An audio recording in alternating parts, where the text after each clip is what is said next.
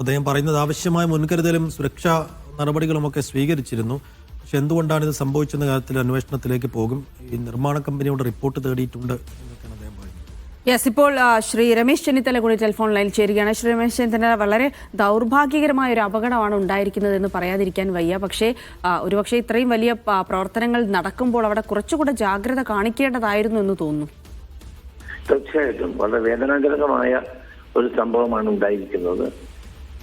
എന്റെ നിയോജക മണ്ഡലമായ പള്ളിപ്പാട് നിവാസിയാണ് ഈ മരിച്ച കുട്ടി. അത് എനിക്ക് നേരിട്ട് അറിയാവുന്ന ആളാണ്.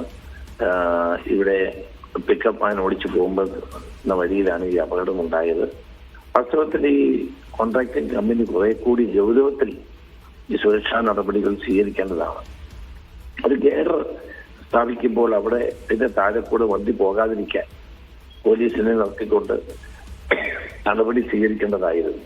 അതൊന്നും ചെയ്യാതെ ഇവർക്ക് എങ്ങനെങ്കിലും ഈ ജോലി ചെയ്ത് തീർക്കുക എന്നത് മാത്രമായി ഒരു നടപടി സ്വീകരിക്കുന്നത് ശരിയല്ല. ഈ പാവപ്പെട്ട കുടുംബത്തെ സംരക്ഷിക്കണം, സുരക്ഷാ നടപടികൾ ശക്തിപ്പെടുത്തണം. ഇനി മേലിൽ ഇത്തരം സംഭവങ്ങൾ ഉണ്ടാകാതിരിക്കാനുള്ള ജാഗ്രത പാലിക്കണം എന്നാണ് എനിക്ക് ആവശ്യപ്പെടാറുള്ളത്. ഇപ്പോൾ MP പറയുകയായിരുന്നു അവിടെ സൈൻ ബോർഡുകൾ പോലും ഇല്ല.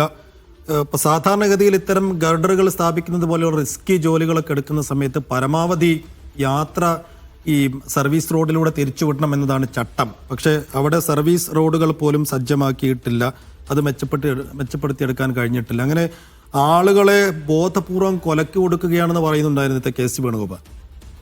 അല്ല, തീർച്ചയായിട്ടും ഇവിടെ സുരക്ഷാ ബോർഡുകൾ വെക്കേണ്ടതാണ്. വാഹനങ്ങൾ നിർത്തിവെക്കണം. ഈ ഗേഡ് സ്ഥാപിച്ച ശേഷം വാഹനങ്ങൾ വിടാവൂ, അല്ലെങ്കിൽ വാഹനങ്ങൾ സർവീസിലൂടെ തിരിച്ചുവിടണം. ഇതൊക്കെയാണ് സാധാരണ ഗതിയിൽ ചെയ്യേണ്ട കാര്യങ്ങൾ.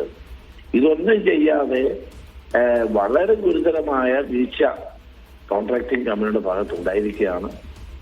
അവരുടെ പേരിൽ ശക്തമായ നടപടി സ്വീകരിക്കണമെന്നാണ് ഞാൻ ആവശ്യപ്പെടുന്നത്. ശരി, നന്ദി ശ്രീ രമേശ് ചെന്നിത്തല പ്രതികരിച്ചതിന്. എന്തായാലും അല്പസമയം മുമ്പ് കലക്ടറെ സംസാരിച്ചപ്പോൾ അദ്ദേഹം പറയുന്നത് ആവശ്യത്തിന് പോലീസുകാരുണ്ടായിരുന്നു, ഉദ്യോഗസ്ഥരുണ്ടായിരുന്നു. പക്ഷേ ഇങ്ങനെ ആവശ്യത്തിന് പോലീസുകാരും ഉദ്യോഗസ്ഥരും ഒക്കെ ഉണ്ടായിട്ടും രാജേഷ് ഓടിച്ച വാഹനം എങ്ങനെ അതുവഴി കടന്നുപോയി? മാത്രമല്ല അദ്ദേഹം പറയുന്നുണ്ട് പൂർണ്ണമായൊരു ഗതാഗത നിയന്ത്രണം ഏർപ്പെടുത്താൻ സാധ്യമല്ല, ഹൈഡ്രോളിക് ജാക്കിയുടെ ഫെയിലിയർ ആണെന്ന് പറയുന്നുണ്ട്. പക്ഷേ അപ്പോഴും പൂർണ്ണമായി ഗതാഗത നിയന്ത്രണം ഏർപ്പെടുത്താത്തത് കൊണ്ടല്ലേ ഈ ഒരു അപകടം ഉണ്ടായത്. ഒരുപക്ഷെ ഗതാഗതത്തിന്റെ ഒരു തോതൊക്കെ കണക്കിലെടുത്തത് അസാധ്യമായിരിക്കും. കാണണമല്ലോ, ഹൈഡ്രോളിക് ജാക്കി വെച്ച് ഒരു സാധനം മുകളിലേക്ക് കയറ്റുമ്പോൾ അത് പൊട്ടി വീഴാനുള്ള സാധ്യത കാണണ്ടേ? താഴെ കൂടെ ആളുകൾ പോകുമോ, വാഹനം കടന്നു പോകുമോ എന്നോ കാണണല്ലോ. ഇപ്പൊ നിതിൻ സ്പോട്ടിൽ എത്തിയെന്നത്. നിതിൻ, അവിടെ എത്തുമ്പോൾ എന്താണ് കാണാൻ കഴിയുന്ന കാഴ്ച? ഗർഡർ അവിടെ നിന്ന് മാറ്റിയിട്ടുണ്ടോ, വാഹനം മാറ്റിയിട്ടുണ്ടോ, എന്താണ് ആളുകൾ പറയുന്നത്?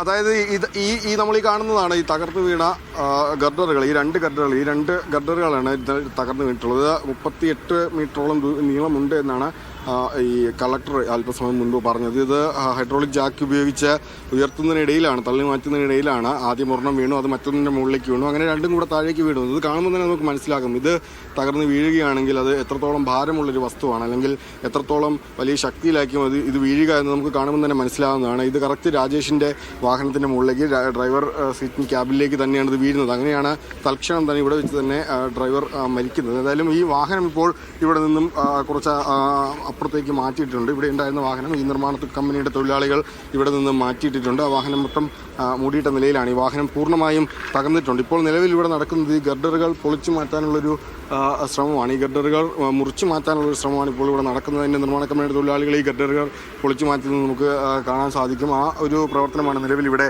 നടക്കുന്നത്. ഏതായാലും കളക്ടർ പറഞ്ഞതനുസരിച്ച് വാഹന ഗതാഗതം പൂർണ്ണമായും ഒരു നിയന്ത്രണം ഇനി ഉണ്ടാവില്ല എന്നാണ് നമുക്ക് മനസ്സിലാകുന്നത്. ഈ ചേർത്തലയിൽ നിന്നും എക്സ്റേ ജംഗ്ഷനിൽ നിന്നും തിരിഞ്ഞു പോകുന്ന വാഹനങ്ങൾ ഈ ഒരു വശത്തുകൂടി ഇപ്പോൾ ഇതുവഴി വിടാൻ തീരുമാനിച്ചിട്ടുണ്ട്. എറണാകുളത്ത് നിന്ന് വരുന്ന വാഹനങ്ങൾ അരുവിക്കുറ്റി വഴിയെ തന്നെയായിരിക്കും തിരിച്ചു വിടുക. പക്ഷേ ആലപ്പുഴയിൽ നിന്ന് വരുന്ന വാഹനങ്ങൾ ഭാഗികമായി ഇതുവഴി വിടാനുള്ള ഒരു തീരുമാനം ഉണ്ടായിട്ടുണ്ട്. രാത്രി കൃത്യമായ